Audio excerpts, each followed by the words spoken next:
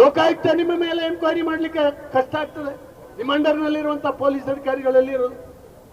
ಹಾಗಾಗಿ ಇವತ್ತು ಸಿಬಿಐನಿಂದ ಎನ್ಕ್ವೈರಿ ಆಗಲಿ. ಇವತ್ತು ನೀವು ಕೋರ್ಟಿಗೆ ಹಾಕೊಂಡಿದ್ದೀರಿ, ಒಳ್ಳೇದು, ಅಲ್ಲಿ ಮಾಡ್ರಿ, ಹೋರಾಟ ಮಾಡ್ರಿ. ಇದು ಎಂತ ಗಲೀಜ್ ಕೆಲಸ? ನಿಮ್ ಕಾರ್ಯಕರ್ತರಿಗೆ ಹೋರಾಟಕ್ಕೆ ಅನುಮತಿ ಕೊಡ್ತೀರಿ, ಏನು ಹೋರಾಟ ಮಾಡ್ತೀರಿ ನೀವು? ಏನಂತ ಅಲ್ಲಿ ಹೇಳಿ ಜನಕ್ಕೆ ಹೇಳ್ತೀರಿ? ಅಲ್ಲಪ್ಪ, ನಾವು ಸಾಬೀತಿದ್ದೀವಿ ಅಂತ. ಇವತ್ತು ನಾವು ಯಾರೋ ಕಟ್ಟಿರ್ತಕ್ಕಂಥ ಕಥೆಯ ಆಧಾರದ ಮೇಲೆ ಅಲ್ಲ ಪ್ರಾಸಿಕ್ಯೂಷನ್ಗೆ ಅನುಮತಿ ಕೊಟ್ಟಿರ್ತಕ್ಕಂಥ ರಾಜ್ಯಪಾಲರು, ದಾಖಲೆ ಸಹಿತ ಸಿಕ್ಕಾಕೊಂಡಿದ್ದೀರಿ ನೀವು. ಮಾಲ್ ಸಹಿತ ಸಿಕ್ಕಾಕೊಂಡಂತ ಕಳ್ಳನ ರೀತಿಯಲ್ಲಿ ಈ ರಾಜ್ಯದಲ್ಲಿ ಒಬ್ಬ ಮುಖ್ಯಮಂತ್ರಿ ಆಗಿದ್ದೀರಿ ನೀವು.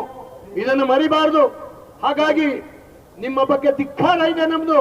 ನಿಮಗೆ ಪ್ರೋತ್ಸಾಹ ಕೊಡ್ತಕ್ಕಂಥ ಹೈಕಮಾಂಡ್ ಅದು ಭ್ರಷ್ಟಾಚಾರದಲ್ಲಿ ಮುಳುಗೆದ್ದಿದೆ. ಜಗತ್ತಿಗೆ ಭಾರತ ಭ್ರಷ್ಟಾಚಾರಿಗಳ ನಾಡು ಅಂತ ಹೇಳಿ ಒಂದು ಕಾಲದಲ್ಲಿ ತೋರಿಸ್ಕೊಟ್ಟಂತದ್ದು ಕಾಂಗ್ರೆಸ್ಸಿನ ಕೀರ್ತಿ.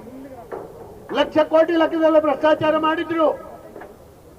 ಇಂಥ ಜನ ಇದಂತ ಹೈಕಮಾಂಡ್ ನಿಮಗೆ ಪ್ರೋತ್ಸಾಹ ಕೊಡ್ತಾ ಇದೆ. ನನ್ನ ಜೊತೆ ಗಟ್ಟಿ ನಿಂತಿದ್ದು ಏನರ್ಥ?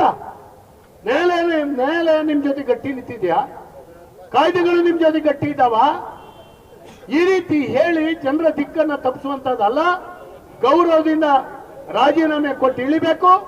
ರಾಜ್ಯಪಾಲರು ಬಹಳ ಯೋಚನೆ ಮಾಡಿ. ನಮ್ಗೆ ಬೇಸರ ಆಗ್ತಾ ಇತ್ತು, ಇಷ್ಟು ಒಳ್ಳೆ ಕೇಸನ್ನ ರಾಜ್ಯಪಾಲರು ತಕ್ಷಣ ಅನುಮತಿ ಯಾಕೆ ಕೊಡ್ತಾ ಇಲ್ಲ ಅಂತ ಹೇಳಿ ನಾವು ಯೋಚನೆ ಮಾಡ್ತಾ ಇದ್ವಿ.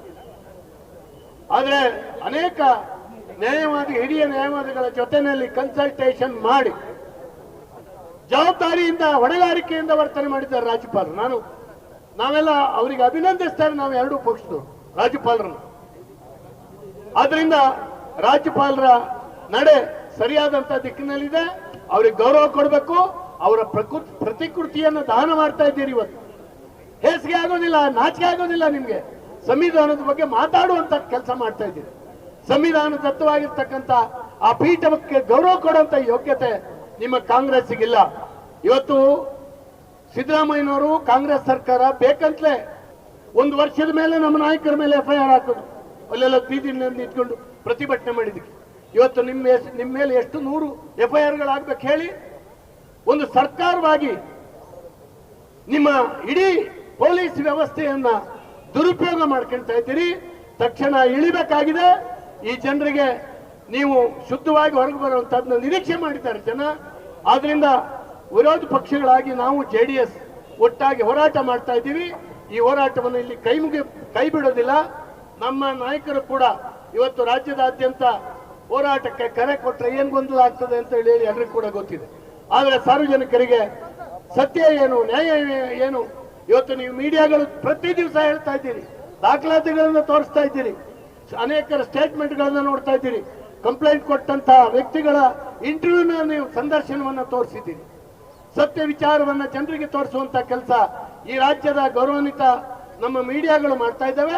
ವಿರೋಧ ಪಕ್ಷವಾಗಿ ನಾವು ಮಾಡ್ತಾ ಇದ್ದೀವಿ. ಆದ್ರೂ ನಗೆ ನಾಚಿಕೆ ಇಲ್ದೇನೆ ಅಧಿಕಾರಕ್ಕೆ ಅಂಟಿ ಕೂತಿರ್ತಕ್ಕಂಥ ಸಿದ್ದರಾಮಯ್ಯ ಟೀಮ್ ಅನ್ನ ನಾವು ವಿರೋಧಿಸ್ತೀವಿ. ಇವತ್ತು ದಲಿತರ ಹಣನೂ ಕೂಡ ಹೊಡೆದಿದ್ದೀರಿ ನೀವು. 187 ಕೋಟಿ ಹಗರಣ, ಇನ್ನೂ ಅನೇಕ ಹಗರಣಗಳು ಹೊರಗೆ ಬರ್ತಾ ಇದ್ದಾವೆ. ಆದ್ರೂ ಕೂಡ ನೀವು ಹಿಡಿಯೋ ಸ್ಥಿತಿನಲ್ಲಿಲ್ಲ. 1 ವರ್ಷ ಅಭಿವೃದ್ಧಿ ಶೂನ್ಯ ರಾಜ್ಯವಾಗಿ ನೀವು ನಡೆಸಿದ್ದೀರಿ.